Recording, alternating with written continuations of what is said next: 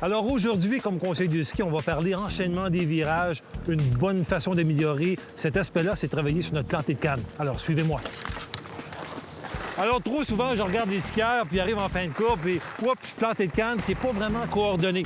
Donc on va se donner 2-3 petits trucs aujourd'hui pour arriver à mieux timer cette action-là entre chaque virage. Et donc, quand je pense planter de canne, une des choses que je tente vraiment, c'est que mon panier soit toujours en mouvement. Donc, dépendamment de la grandeur de mon virage, le panier va se déplacer plus ou moins rapidement. Alors ici, sur un long virage, on peut voir que le panier se déplace tranquillement. Et si je rapetisse un petit peu la courbe, le panier va se déplacer un peu plus rapidement. Alors, mon focus sur le planté de canne, c'est de m'assurer que le panier de la canne se déplace constamment durant la courbe. Puis j'essaie de m'assurer qu'en début de courbe, le panier est derrière et à la fin de la courbe, le panier est devant, prêt à être planté. Donc, dépendamment de la vitesse ou de la grandeur du rayon, mais la vitesse du panier va varier un peu.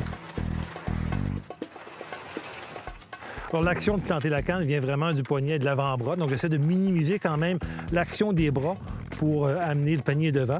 Donc, simplement ici avec le panier. Et dépendamment de la vitesse et du type de rayon, l'impact au sol va être différent. Alors, en court rayon, le planté de canne va être beaucoup plus ferme, beaucoup plus solide, alors qu'en long rayon, à haute vitesse, je vais simplement effleurer la canne sur la neige. On réessaie. Venez-vous-en. Je vais vraiment focusser à déplacer le panier. Le virage est assez court. Il y a quand même un impact au sol. Alors, pour l'École sur neige de Tremblant, je suis Donald Lacasse. Je vous souhaite une très belle semaine en ski.